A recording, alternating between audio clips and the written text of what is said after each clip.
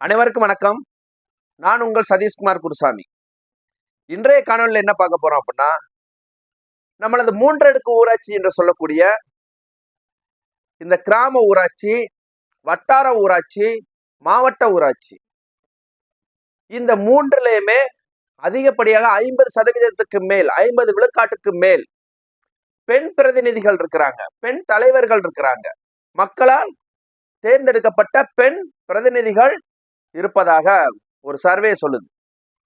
அப்ப இந்த பெண் பிரதிநிதிகளை சுயமாக சிந்திக்க விடாமல், அவங்களுடைய சுயமாக அவங்களை ஏதாச்சும் ஒரு நடைமுறைப்படுத்த விடாமல், அவர்கள் உறவுகள், அவர்கள் கணவர்கள், உடன் பிறந்த சகோதரர்கள், இல்ல அவர்களுடைய தகப்பனார்கள், பெற்றோர்கள், அதுல தலையீடு இருக்கு. ஆண்கள் அதிகப்படியாக தலையிடுறாங்க. அவங்களால தனியா சுதந்திரமாக ஒரு முடிவை எடுக்க முடியல, ஒரு நிர்வாகத்தை நிர்வகிக்க முடியல, ஒரு நிர்வாகத்தை செய்ய முடியல. ஒரு மீட்டிங் ஆகட்டும், அந்த பெண் பிரதிநிதிக்கு பதில் இந்த ஆண்கள் தான் கலந்துக்கிறாங்க. கணவர்களோ இல்ல உடன்பிறந்த சகோதரர்களோ இல்ல தகப்பனார்களோ, இல்ல ஒரு அரசு அலுவலகத்தில் நடக்கக்கூடிய ஒரு கூட்டத்திலேயே இவங்க தான் கலந்துக்கிறாங்க. பெண் பிரதிநிதிகள் பேருக்கு, உப்புக்கு சப்புக்கு, அந்த பேருக்கு மட்டும் அவங்க அந்த ஊராட்சி மன்ற தலைவர், இல்ல ஒன்றிய கவுன்சிலர், இல்ல மாவட்ட கவுன்சிலர் பேர் மட்டும் வச்சுக்கிறாங்க. அவங்களுடைய செயல்பாடு எங்கேயுமே இல்ல. இது மிகப்பெரிய ஒரு வருத்தத்தை தருது அப்படின்னு சொல்லி பல இடங்கள்ல புகார்கள் தெரிவிக்கப்படுது. இந்த புகாரை விசாரிச்சுட்டு உண்மையிலேயே இது நடக்கத்தான் செய்யுது அப்படின்னு சொல்லி அந்தந்த மாவட்ட ஆட்சியர்கள் ஒரு முடிவெடுக்கணும் அப்படிங்கிறதுக்காக ஊராட்சிகளின் பெண் கணவர்களின் தலையீடு இருக்கக்கூடாது, அவர்களுடைய குடும்பத்தை சேர்ந்த ஆண்கள் தலையீடு இருக்கக்கூடாது அப்படின்னு சொல்லி ஒரு ஊரக வளர்ச்சித்துறை செயலாளர் இயக்குனர் ஒரு சுற்றறிக்கை அனுப்புறாங்க. 2012 2/11/2012 அன்று அவர்களால் ஒரு சுற்றறிக்கை அனுப்பப்படுது. அந்த சுற்றறிக்கையில தெளிவாக சொல்லப்பட்டிருக்கு, பெண் ஊராட்சி தலைவர்களாக இருக்கக்கூடிய அந்த பதவி வகிக்கக்கூடிய இடங்கள்ல அவங்களுடைய குடும்பத்தை சேர்ந்த ஆண் யாரும் தலையீடு இருக்கக்கூடாது. கணவர், உறவினர்கள், அண்ணன் தம்பி மற்றும் தகப்பனார்களின் தலையீடு இருக்கக்கூடாது. அப்படி தலையீடுகள் இருக்கும் பட்சத்தில் அந்த பெண்கள் பதவிகள் தகுதி நீக்கம் செய்யப்படும் அப்படின்னு சொல்லி ஒரு சுற்றறிக்கை அனுப்புறாரு. இந்த சுற்றறிக்கைக்கு அப்புறமும் அது நடைமுறைக்கு வந்துச்சா, அவங்க தலையீடு இல்லாம இருக்கா அப்படின்னா அப்படியெல்லாம் கிடையாது. நம்ம நிறைய கிராம சபைகள் பாக்குறோம், டிவில ஓடும். அன்னைக்கு கிராம சபை நாள் அப்படின்னா டிவில பயங்கரமாக இருக்கும். அன்னைக்கு பாத்தீங்கன்னா அவங்களுடைய கணவர்கள் தலையீடு தான் இருக்கும். பெண் தலைவர்கள்ட்ட கேள்வி கேட்டா கணவர்கள் என்று பதில் சொல்லுவாங்க. ஆனா இதுல ஒரு மிகப்பெரிய மோசமான ஒரு விஷயம் என்ன தெரியுமா? அதை கண்காணிக்கக்கூடிய நோடல் ஆபீசர் ஒருத்தர் வந்திருப்பாரு. அந்த நோடல் ஆபீசர் முன்னாடியே அந்த கணவர்களோ இல்ல தகப்பனார்களோ இல்ல உறவினர்களோ பேசுவாங்க. அத அந்த நோடல் ஆபீசரு கண்ண தெரியாத மாதிரி அப்படியே எதுவுமே கண்டுக்கிறாத மாதிரி போயிடுவார். இதெல்லாம் எவ்வளவு பெரிய அப்பட்டமான ஒரு விதி மீறல்கள், சட்டத்தை மீறிய செயல் இல்லையா? அந்த நோடல் ஆபீசர் சொல்லணும், சார் மக்கள் உங்களுக்கு ஓட்டு போடல, நீங்க இத பேசக்கூடிய இடம் கிடையாது, நீங்க மக்களின் பிரதிநிதி கிடையாது, நீங்க அந்த சைடு ஆப்போசிட்ல போய் மக்களா உட்காருங்க, உங்களுக்கு கோரிக்கை இருந்தாலும் கேள்வி இருந்தாலும் அங்க இருந்து கேளுங்க, பதில் பெண் தலைவர் சொல்லுவாரு, இல்ல அப்படின்னு நோடல் ஆபீசரை நாங்க பாத்துக்கிறோம், நீங்க எதுக்கு சார் பேசுறீங்கன்னு கேட்கணும். இதுல மிகப்பெரிய ஒரு கேலி கூத்து என்னன்னா, அவங்களே முன்னாடியே ஒரு ஆளை செட் பண்ணி அந்த கணவர் என்ன பண்ணுவாருன்னா கேள்வி கேட்பாங்க, நம்ம அடிச்சிடணும்னு சொல்லி ஆட்களை திரட்டி ஒரு ஆட்களை கட்ட பஞ்சாயத்து பண்றவங்களை கூட்டு வச்சு அந்த கேள்வி கேட்கிறவங்களை அடிப்பாங்க சரமாரியாக. இதெல்லாம் அப்பட்டமான ஒரு மனித உரிமை மீறல்கள், ஒரு சட்டத்தை மீறிய செயல், இந்திய அரசியலமைப்பு சாசனத்துக்கு எதிரான செயல். இந்த அரசியலமைப்பு சாசனத்தை பேஸ் பண்ணிதான் இந்த ஊராட்சிகளுக்கு பெண் பிரதிகளுக்கு அந்த பதவிகளே வழங்கப்பட்டிருக்கு. அப்ப இந்த ஊராட்சிக்கு சட்டம் 1994 பிரிவு 83 மற்றும் ஊரக வளர்ச்சித்துறை அரசாணை நிலை 225 நாள் 15/10/1996 படி அந்த கிராம ஊராட்சியில் இருக்கக்கூடிய பெண் பிரதிநிதிகளோ இல்ல ஆண் பிரதிநிதிகளோ அவங்க மக்களின் குறைகளை கேட்டறிந்து அதை செயல்படுத்துவதற்காக அவங்க செயல் அலுவலராக செயல்படுறாங்க. அப்ப நீங்க புகார் மனுக்கள் எழுதுறீங்க அப்படின்னா ஊராட்சி மன்ற தலைவர்னு எழுதக்கூடாது. நீங்க என்ன எழுதணும் அப்படின்னா செயல் அலுவலர். செயலர் கிடையாதுங்க, அவர் வேற, செக்ரட்டரி வேற. ஊராட்சிகளின் செயல் அலுவலர், ஊராட்சியின் செயல் அலுவலர் அப்படின்னா அவங்கள இந்த ஊராட்சி சட்டம் 1994 பிரிவு 83 படி ஊரக வளர்ச்சித்துறை அரசாணை 225 படி அவங்களா செயல் அலுவலராக நியமனம் செய்யப்பட்டிருக்காங்க. இப்படிப்பட்ட நேருகள்ல அவங்கள வேலை செய்ய விடாம அவங்க கணவர்கள் தலையிடுறாங்கன்னு சொல்லி திரும்பியும் புகார் மனுக்கள் வருது. அந்த புகார் மனுவை பேஸ் பண்ணி ஊரக வளர்ச்சித்துறை மற்றும் ஊரக இயக்குநரகம் சென்னை இயக்குனர் திரு பிரவீன் பி நாயர் அவர்கள், இந்திய ஆட்சிப்பணி IAS அவர்கள் அனைத்து மாவட்ட ஆட்சியர்களுக்கும் ஒரு சுற்றறிக்கை அனுப்புறாங்க. எப்ப அனுப்புறாங்க அப்படின்னா 12/12/2021 அன்று ஒரு சுற்றறிக்கை அனுப்புறாங்க. அந்த சுற்றறிக்கையில என்ன சொல்லப்பட்டிருக்கு அப்படிங்கறத முழுமையாக இதுல நம்ம பார்க்க போறோம். அந்த சுற்றறிக்கையில என்ன சொல்லப்பட்டிருக்குன்னா, இந்திய அரசியலமைப்பு சாசனம் 1950 உறுப்பு 70 படி நம்ம 3 அடுக்கு ஊராட்சியில இருக்கோம்.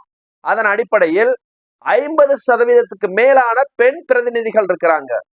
அந்த பெண் பிரதிநிதிகளை சுயமாக சிந்திப்பதற்கும் சுயமாக செயல்படுவதற்கு விடாமல் அவர்களுடைய கணவர்களும் குடும்ப உறுப்பினர்களும் அவர்கள் சேர்ந்த ஆண் வாரிசான குழந்தைகளும் அந்த நிர்வாகத்தில் தலையிடுறாங்க.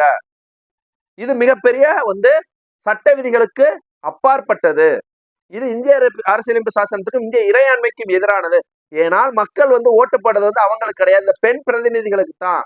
பெண் பிரதிநிதிகளை ஊக்குவிப்பதற்காகவும் அவங்களும் சம பங்கு இருக்கு அப்படின்னு சொல்லுவதற்காகவும் அவங்களுக்கு இடஒதுக்கீடு அளிக்கப்பட்டிருக்கு இந்த ஊராட்சி சட்டத்தின்படி.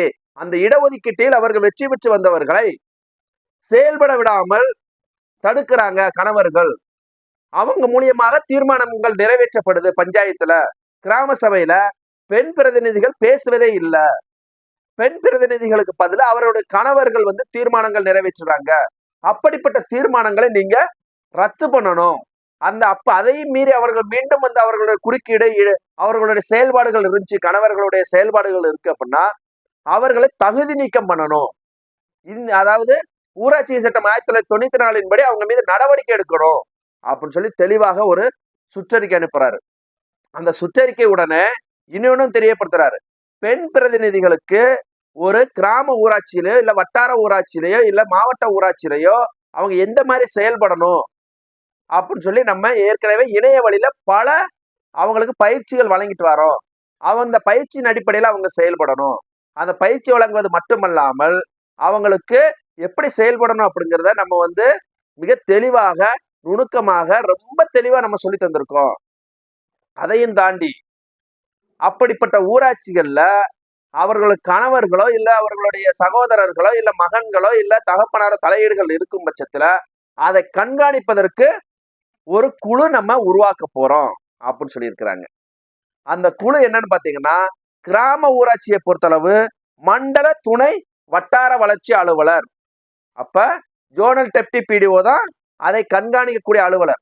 ஆனா ஜோனல் டெப்டி பிடிஓ போடக்கூடிய மீட்டிங்லயே அந்த கணவர் தான் போய் உட்கார்ந்துருப்பாரு.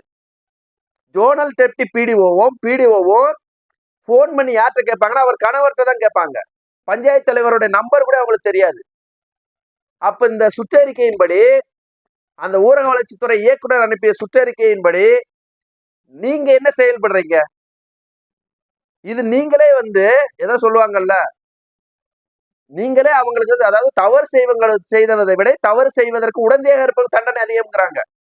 அப்ப அந்த ஜோனல் பிடிஓவும் தான் மிகப்பெரிய குற்றவாளிகள்.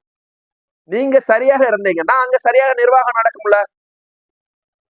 அந்த கணவர்களுக்கு நீங்க போன் பண்ணி கேட்பதும், அறிக்கை அவங்ககிட்ட கேட்பதும், அவங்க உங்ககிட்ட பேசுவதும், அப்ப நடுவுல இந்த பெண் ஊராட்சி மன்ற தலைவர் எதுக்கு இருக்காருன்னு யாருக்குமே தெரியாது. அவங்க ஒரு பிடிச்சு வச்ச பொம்மை மாதிரி வச்சிருப்பாங்க.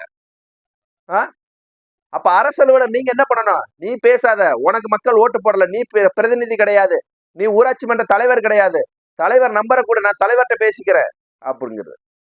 ஒரு ஊர்ல ஒரு குடிநீர் குழாய் போடணும்னா கூட யார் வருவா அப்படின்னா அந்த கணவர் தான் வருவாரு. அவர் தான் பணம் வாங்குவாரு, அவர் தான் எல்லாம் பண்ணுவார். இந்த ஊராட்சி மன்ற தலைவர் ஏங்க, நான் ஒரே ஒரு கேள்வி கேட்கிறேன்.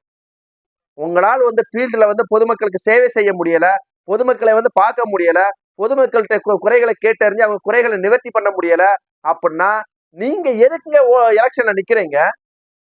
நீங்க இந்த இந்த தகுதியே கிடையாதுங்க உங்களுக்கு நிக்கிறதுக்கு. நீங்க என்ன பண்ணணும், எனக்கு இதெல்லாம் வராதுங்க, நான் வீட்டுல சமையல் பண்ண வீட்டுல இருந்துக்கிறோம்னு சொல்லி வீட்டுல இருக்கணும். உங்களை வந்து ஒரு பகடக்காயா பயன்படுத்தி உங்க கணவர்கள் உங்களை எலெக்ஷன்ல நிக்க வச்சு ஜெயிக்க வச்சு அவங்க ஆதாயம் பார்த்துக்கிட்டு இருக்காங்க. பேருக்கு மட்டும்தாங்க நீங்க வந்து ஊராட்சி மன்ற தலைவர். செயல்பாடு எல்லாமே உங்க கணவர்களும் உங்க தகப்பனார்களும் உடன்பிறந்த சகோதரர்களும் பண்ணிட்டு இருக்கிறாங்க. இதெல்லாம் எவ்வளவு பெரிய அப்பட்டமான ஒரு மனித உரிமை மீறல், அப்பட்டமான ஒரு சட்ட விதிகளுக்கு அப்பாற்பட்டது. இப்படிப்பட்ட நேரத்தில் நீங்களும் வரக்கூடாதுங்க. ரொம்ப அசிங்கமா இருக்கு. உங்களால செயல்பட முடியல, ஒரு இண்டிபெண்டா ஒரு சுதந்திரமாக செயல்பட முடியலன்னா தயவு செய்து நீங்க வந்து எலெக்ஷன்ல நிக்காதீங்க. எதுக்கு எலெக்ஷன்ல நிக்கிறீங்க? உங்க கணவர்களையும் உங்க இது வந்து அந்த கணவருக்கு தெரியணும். ஒரு பெண்ணுடைய பதவியை நம்ம பயன்படுத்துறோம் அப்படின்னா இதை விட அசிங்கம் கேவலம் வேற எதுவுமே கிடையாது.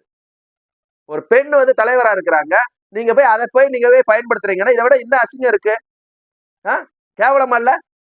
ஒரு பெண் ஊராட்சி மன்ற தலைவரா இருக்க, அவருடைய கணவர் போய் தலையிடுறாரு. இதெல்லாம் எவ்வளவோ ஆதாரங்கள், எவ்வளவோ புகார் மனுக்கள் வந்திருக்கு. இதையும் தாண்டி பாருங்க, அந்தந்த மாவட்ட ஆட்சியர்கள், இப்ப ராணிப்பேட்டை மாவட்ட ஆட்சியர் 11/2/2023 ஒரு சுற்றறிக்கை அனுப்புறாரு. அவர் என்ன சொல்றாரு பாருங்க, பெண் ஊராட்சி மன்ற தலைவர்களின் கணவர்கள் தலையீடு இருக்கக்கூடாது, இருக்கும் பட்சத்தில் அவங்களை தகுதி நீக்கம் பண்ணுவோம் அப்படின்னு அவர் சொல்றாரு. அப்புறம் 27/3/2022 செங்கல்பட்டு மாவட்ட ஆட்சியர் அவர் ஒரு சுற்றறிக்கை அனுப்புறாரு. என்ன சொல்றாரு, பெண் நிர்வாகத்தில், பெண் ஊராட்சி மன்றத்தில் இருக்கக்கூடிய பெண் நிர்வாகத்தில் கணவர் தலையீடு இருக்கக்கூடாது, கணவருடைய தலையீடு கட்டாயமாக இருக்கக்கூடாது. அதையும் தாண்டி கணவர் மூலம் நிறைவேற்றப்படும் தீர்மானங்களை நிறைவேற்றக்கூடாது, உடனடியாக ரத்து செய்யணும் அப்படின்னு சொல்லி, தீர்மானத்தை ரத்து செய்யணும் அப்படின்னு சொல்லி அவர் எச்சரிக்கை விடுக்கிறார். அதுக்கு அடுத்து பாருங்க, நம்மளுடைய கள்ளக்குறிச்சி மாவட்ட ஆட்சியர், பெண் பிரதிநிதிகளை கணவர் தலையிட்டால் கடும் நடவடிக்கை அப்படின்னு சொல்லி அந்த ஸ்ரீதர் அவங்க வந்து இந்திய ஆட்சி பணி IAS வந்து மாவட்ட ஆட்சியர் வந்து கள்ளக்குறிச்சி மாவட்ட ஆட்சியர் ஒரு அறிக்கை கொடுக்கிறாரு. அதுக்கப்புறம் அதையும் தாண்டி மேல போய் திருவண்ணாமலை மாவட்ட ஆட்சியர் முருகேஷ் அவர்கள் வந்து திரு முருகேஷ் அவர்கள் வந்து 13/8/2021 ஒரு சுற்றறிக்கை அனுப்புறாரு. ஏற்கனவே வந்து பாத்தீங்கன்னா சென்னை ஊரக வளர்ச்சித்துறை இயக்குனர் வந்து தெளிவாக ஒரு சுற்றறிக்கை அனுப்பியிருக்காங்க. அந்த சுற்றறிக்கையில தெளிவாக சொல்லப்பட்டிருக்கு, கிராம ஊராட்சி புறத்தில் பெண்களின் கணவர்கள் தலையீடு இருந்தால் அதை கண்காணிக்கக்கூடியது, அதுக்கு தகுதி நீக்கம் செய்யக்கூடியதுக்கும் நீங்க வந்து பரிந்துரை செய்ய வேண்டிய அலுவலர் யாருன்னு பாத்தீங்கன்னா மண்டல துணை வட்டார வளர்ச்சி அலுவலர், ஜோனல் டெப்டி PDO. அப்ப ஜோனல் டெப்டி PDO என்ன பண்ணிட்டு இருக்கீங்க? ரெண்டாவது, வட்டார அளவில் வந்து கவுன்சிலர்களை கண்காணிக்கக்கூடியவர் வந்து வட்டார வளர்ச்சி அலுவலர், ஊராட்சி நிர்வாகம். அந்த வட்டார வளர்ச்சி அலுவலகத்துல கிராம ஊராட்சி பொதுன்னு இருக்கும். அந்த கிராம ஊராட்சி அவங்கதான் அதை கண்காணிக்கணும், கவுன்சிலர்களை. அதுக்கடுத்து மூணாவதா பாத்தீங்கன்னா மாவட்ட ஊராட்சி அளவுல பாத்தீங்கன்னா மாவட்ட கவுன்சிலர் கண்காணிக்க வேண்டியது மாவட்ட ஊராட்சியின் செயலாளர். அப்ப ஒவ்வொரு ஆளவும் நீங்க வந்து எப்படி கண்காணிக்கணும் அப்படின்னு சொல்லி உங்களுக்கு கொடுக்கப்பட்டிருக்கு. ஏதாச்சும் ஒரு ஜோனல் டெப்டி PDO அந்த நிர்வாகத்திலேயே இல்ல அந்த கிராம சபையிலேயே போயிட்டு இது மாதிரி கணவர்கள் தலையீடு இருக்கான்னு கேட்கறாங்களா இல்லையா? ஒருத்தரும் கேட்கறது இல்லை. உங்களுக்கும் ஃபர்ஸ்ட் இது தெரியுது இல்ல, இப்படி ஒரு சுற்றறிக்கை உங்க அலுவலகத்துல தான் அனுப்பப்பட்டிருக்கு, நீங்க தான் அதை பார்க்கணும்னு சொல்லி இருக்கிறாங்க. யாராச்சும் வந்து கணவர்கள் தலையீடு இருக்கக்கூடாதுன்னு யாராச்சும் சொல்றீங்களா? மாவட்ட ஆட்சியர்கள் அங்க இருந்து பிரஸ் மீட்ல பேசிட்டே இருக்கிறாங்க, இந்த தலையீடு இருக்கக்கூடாது, கணவர் மூலமாக தீர்மானங்கள் நிறைவேற்றப்படக்கூடாது, அப்படி நிறைவேற்றப்பட்ட அதை ரத்து செய்யணும், அவங்களை தகுதி நீக்கம் செய்யணும், எவ்வளவோ சொல்லிட்டாங்க. யாராச்சும் ஒருத்தர் அதை கேட்கறது இல்லை. இனிமேல் வரும் காலங்கள்ல தயவு செய்து பெண் ஊராட்சி மன்ற தலைவர்கள் வந்து நீங்களே முடிவெடுங்க. கணவர்களை யார வர, நான் தானே ஜெயிச்சிருக்கேன், எனக்கு தானே ஓட்டு போட்டிருக்கேன், நான் பாத்துக்கிறேங்க, நீங்க வீட்டுல உட்காருங்க, என்னால் அதை நிர்வகிக்க முடியல அப்படிங்கிற பட்சத்துல நான் ராஜினாமா பண்ணிடலாம்னு ஒரு முடிவு எடுங்க. பெண்கள் வந்து ஏற்கனவே பாரதி சொல்லுவோம், அடுப்பூதும் பெண்களுக்கு படிப்பதற்கு அப்படின்னா. ஆனா இப்ப எல்லாரும் வெளியில வந்து படிக்கணும் அப்படிங்கிறதுக்காக தான் இந்த பெண்கள் உரிமையை மீட்டெடுக்கணுங்கிறதுக்காக தான் இந்த இந்திய அரசியலமைப்பு சட்டத்திலே மாற்றம் செய்யப்பட்ட பெண்களுக்கு சம உரிமை கொடுக்கப்பட்டிருக்கு. நீங்க வீட்டுல மட்டும் சமையல் பண்ணிட்டு இருந்தா போதாதுங்க, சமூகத்திலேயும் வந்து உங்களுக்கு கொடுக்கப்பட்ட அதிகாரத்தை நீங்க பயன்படுத்தணுங்கிறதுக்காக தான் இந்த பெண் ஊராட்சி மன்ற தலைவர்களை உருவாக்கப்படுறாங்க. அவங்களுக்கு எலெக்ஷன்ல நிக்கலாம்னு ஒரு வாய்ப்பு அளிக்கப்பட்டிருக்கு. அதையும் நீங்க தாண்டி இன்னும் நான் வீட்டுலதான் சமையல் பண்ணுவேன், நான் வெளியிலேயே வரமாட்டேன் அப்படின்னு இதை விட சாபக்கேடு ஒண்ணுமே கிடையாது. உங்கள் பதவியை நீங்க தான் வந்து காப்பாத்திக்கிறணும், நீங்க தான் அதுல திறம்பட செயல்படணும். பல பெண் ஊராட்சி மன்ற தலைவர்கள் பயங்கரமா செயல்படுறாங்க, அதெல்லாம் எந்த மாற்று கருத்துமே கிடையாது. ஆனால் சில இடங்கள்ல வந்து பாத்தீங்கன்னா பெண்கள் தான் செயல்படாம அவரோட கணவர்கள் தான் செயல்பட்டுக்கிட்டு இருக்காங்க. பெண்களுக்கு பதிலாக கணவர்களும் தகப்பனார்களும் உடன்பிறந்த சகோதரர்களும் செயல்பட்டு இருக்காங்க. தயவு செய்து அதெல்லாம் மாற்றி அமைக்கப்படணும். அப்படிப்பட்ட நேரங்கள்ல அதுல இருக்கக்கூடிய நபர்கள் வந்து நீங்க ஆதாரம் இருந்தால் ஆதாரப்பூர்வமாக போட்டோ எடுத்து நீங்க சம்பந்தப்பட்ட ஊராட்சிகளின் ஆய்வாளர் என்று சொல்லக்கூடிய மாவட்ட ஆட்சியருக்கும், இதை கண்காணிக்கக்கூடிய மண்டல துணை வட்டார வளர்ச்சி அலுவலருக்கும், இல்ல ஊராட்சிகளை கண்காணிக்கக்கூடிய வட்டார வளர்ச்சி அலுவலருக்கும் நீங்க தாராளமாக புகார் மனுவாக அனுப்பலாம். எங்கெல்லாம் அவருடைய தலையீடு இருக்கோ அதெல்லாம் வீடியோ பதிவோ இல்ல போட்டோ எடுத்தோ நீங்க தாராளமாக நீங்க அனுப்பலாம். மீண்டும் இதுபோல் ஒரு சட்டம் சார்ந்த ஒரு காணொலியில, ஒரு விழிப்புணர்வு காணொலியில நம்ம சந்திக்கலாம். நான் உங்கள் சதீஷ்குமார் குருசாமி. நன்றி.